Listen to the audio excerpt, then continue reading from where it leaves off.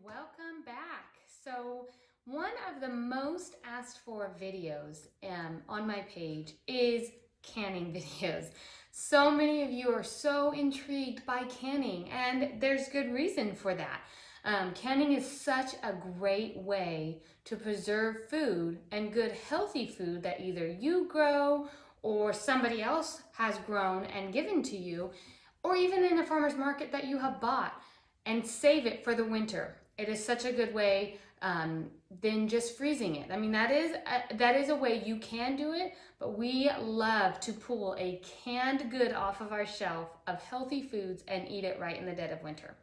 So today, I am going to share as a way to can apples.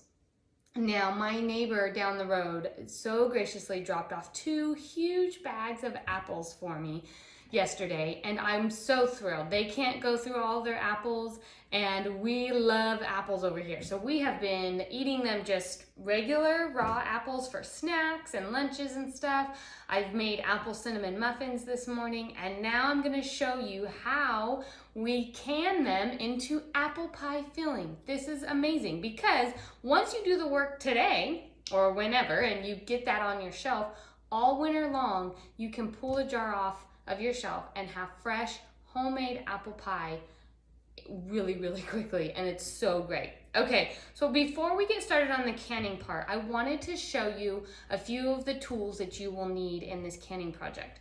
So we are going to actually be using a water bath canner, and so you're gonna wanna get one of these. Now, if you don't have a water bath canner, you don't need to run off and go buy one. I bought mine on Amazon that had all the parts and the accessories to water bath can.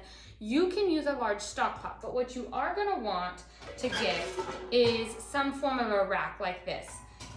You want to be able to keep your jars up off of the bottom of your stock pot. So if you are not using a traditional water bath canner that you bought with all of the accessories with it, you're going to want to at least buy a rack to sit into your stock pot to keep your jars off. Otherwise they will crack or break. So we are going to be using a water bath canner. The other tool that you will need that I use in all of my canning projects, and you'll hear this over and over, is a jar lifter. So this little clamp here came with my water bath canning with a bunch of different tools. You can buy these separately if you're not buying a water bath canner and you don't have one of these. These are just going to help you remove the jars and place the jars in the canner safely without burning yourself. I'm going to use this little tool here. This, you can use the back of a wooden spoon. You don't need to go out and buy one of these tools. But what I'm gonna use the back of it for is to get out any air pockets, any air bubbles in it, because you do wanna do that every single time you can. You don't want to can it with any kind of air pockets in it. But the cool thing about this little tool is on the other side has the measurements for the appropriate headspace. So you will never have to guess that. Not that you ever do. With your jars, you can check it with the rings on them. But I do like this because I always check it with this just to double check, because that headspace is really important. The last thing you're gonna not need, but it will make your life so much easier, is this apple core. And I just bought this on Amazon. I will put my Amazon storefront in the link in the description, and that will have all of these things on it if you need to quickly find something that you don't have and you do want to buy it. You don't need to buy one of these to can apple pie filling.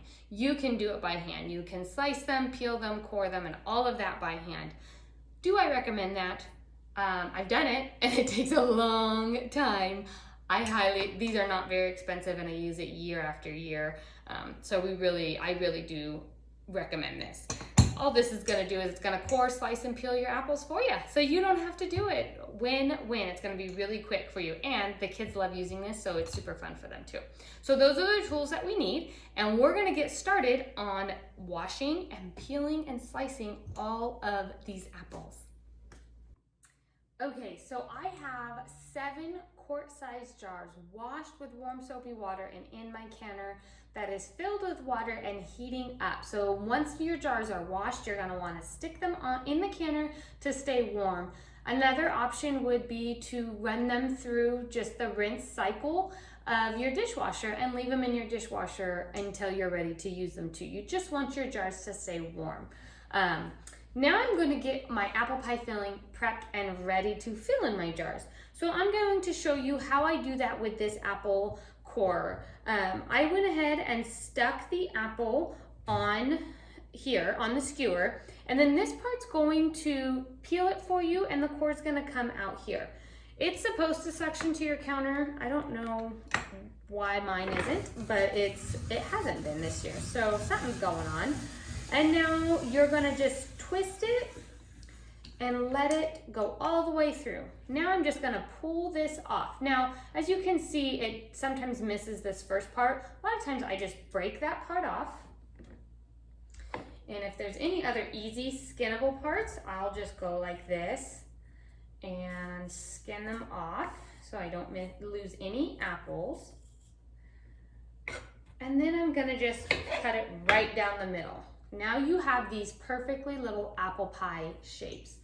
Here on my kitchen scale, I just have a bowl with my kitchen scale set to pounds. You are looking for 15 pounds of apples. So I'm going to go ahead and stick those in, and I'm gonna work through all of these apples rather quickly with this. Get 15 pounds, and then we'll move on to the next step.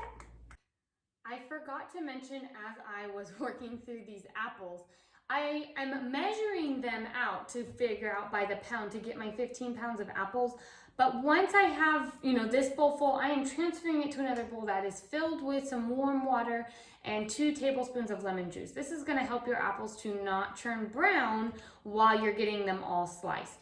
Behind me on my stove, I also have a large stock pot of water coming up to a boil. Not the canner's going as well, but this is a different boil that I'm going to blanch these apple slices in. So those are some other things as you're working through your apples and getting them that needs to be, that you need to have done as well.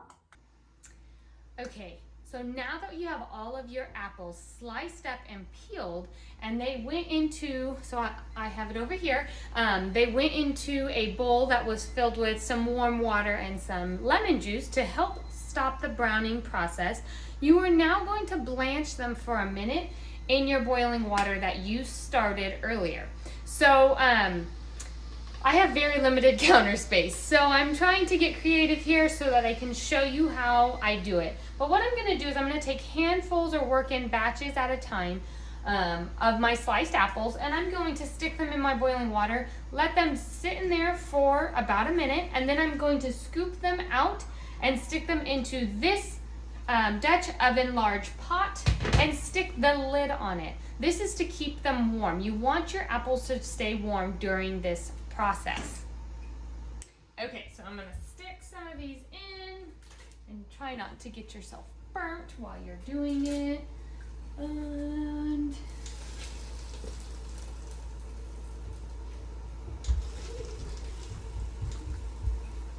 that's about good so they all can stay under. And then I'm gonna let them sit for about a minute, and then I will scoop them out and stick them in the other pot that I showed you. Okay, so we have gotten all of our apple slices blanched on the stove, and they are now, as you can see, in the pots behind me with the lid on. So it took 2 big pots for me to fill. And I've poured, this is my largest stock pot that I had, so I poured the water out of here that I was blanching them in. And to reduce dishes, I thought I'd get everything back into this pot. Okay, so now we're going to make the sauce, or I don't even know what you would call that the apples are gonna go in to make your apple pie. So we're gonna add in 5 cups of apple juice. And this is about a month ago, my neighbor gave me a bunch of apples. Same type of thing, a couple bags worth, and I made apple juice out of it and canned it. And so that was my own can. You can just buy apple juice from the store. You just want to make sure it's 100% apple juice. No other additives in it for that part of it. And then I'm gonna add in 2 cups of water, or I'm sorry, 2.5 cups of water in that. I know this sounds like a lot, but you're going to add in 5.5 cups of white sugar. It sounds like a lot, but remember you're making 7 quart-sized jars of apple pie filling. So 5.5 cups is not going into 1 apple pie, it's going into multiple apple pies. So just remember that. You're gonna go ahead and put in 1.5 cups of thick gel. Now this is Cornabee's thick gel. It's similar to like a cornstarch. This is gonna be your thickener. It is, the reason I'm using a thick gel is because it's canning approved for shelf life. So you don't want to use a cornstarch. It's going to act like a cornstarch, but you really do want to get the Cornabee's thick gel. I'm going to go ahead and give all of that a stir here, so it can mix in before I add more. And then I'm going to go ahead and add in 3/4 cup of lemon juice. Now this is what is going to help us to make it safe to water bath can. And then in here I have 1 heaping tablespoon of cinnamon and I have 1 teaspoon of nutmeg. And so I'm gonna sprinkle that on in and then mix this up. And then what I'm gonna do is I'm gonna get this back on the stove and let that Cornabee's thick gel get this mixture nice and thick into a sauce. Then I will add my apples back in and we will be ready to fill our jars and get them in the canner.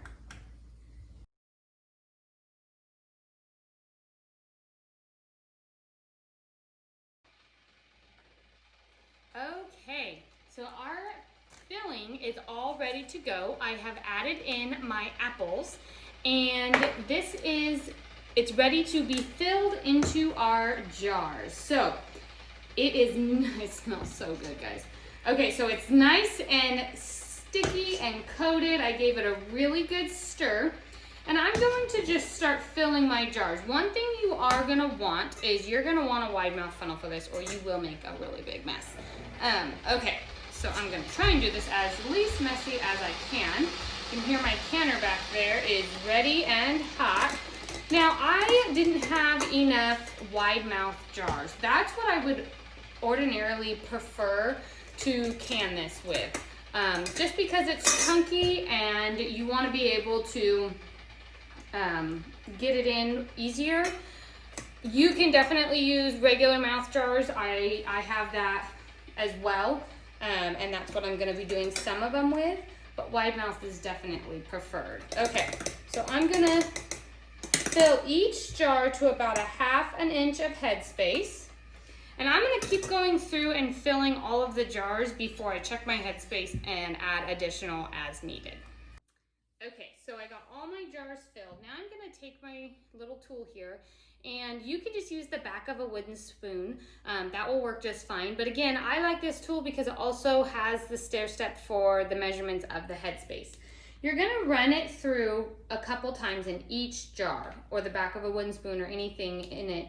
What you want to do is get out any air pockets. So if there's any air pockets down there, they need to come out and you need to adjust your headspace accordingly. Remember, we're looking for 1/2 inch of a headspace. So if we have too much in here, we want to take them out. If we have too little, we want to add more. So I'm just going to run them through each jar. And then I'm going to flip it over and I'm going to check for my headspace. I did make a little bit of a mess here, especially with my regular mouth jars. Like I said, in a project like this where it's nice and chunky and sticky, the wide mouth jars are better, but use what you have to save on costs. And a lot of these regular mouth jars I had donated to me. Somebody had given them to me. They had a bunch, so I just use what I can. Okay. I can already tell some of these are going to need a little bit more. Now I'm going to go to the stair step that says 1/2 inch. I'm going to stick it on there. And I know that this one needs a little bit more. This one needs just slightly. They all need just a tad more filled in once I got them really down. So I'm going to add a little bit more to each of the jars and then we're going to wipe them and get the caps on. Okay, so I refilled some of the jars, checked them again for air pockets, and got the appropriate headspace. So we're looking for 1/2 inch of a headspace. Now here I have just a little bit of white distilled vinegar and a clean dish towel. I'm gonna dip it in. I do this with every canning job, but it's highly important in a job like this where you're dealing with a really sticky substance that gets everywhere. you really want your jar lid rims to be very, very clean. If you have any particles on it whatsoever, you will not get a proper seal. And then you did all of this work, and not that the food is bad, you can eat it right then, but it's not going to have a shelf life. So you want to really get your jars nice and clean and any substance off of it. I know I made a really big mess, so I'm having to wipe up a ton and get them nice and clean. But once I get them all nice and clean around them, then I'll go ahead and put the lids and the rings on. Okay, so I got all my rims nice and clean. Again, you want to make sure there is not a single thing on it. Another good thing to do, which I already did, but I will just show you, is just to run your finger around the tips of all of the rings. And the reason for that is if you feel any nicks or anything on your jars, that means they're not going to get a proper seal as well. So that's just another little trick that I always try and do. Obviously, I use these jars year after year, and so sometimes they just get nicks and things in them, and then they're no longer good for canning, but they are good for other things. Okay, so now I'm going to put my lids and my rings on. Now, when you screw your lids on, or your rings on, you only want them fingertip tight. You don't want to crank them down, because if you do, you're gonna get them to seep out, and your food will come out and you may not get a proper seal. So your lid needs to be able to move around just slightly so that it can find that sweet spot to seal. So you don't want them too tight, you just want them fingertip tight. So as you can see here, I'm just kind of turning them just until they have a little bit of resistance with my fingers.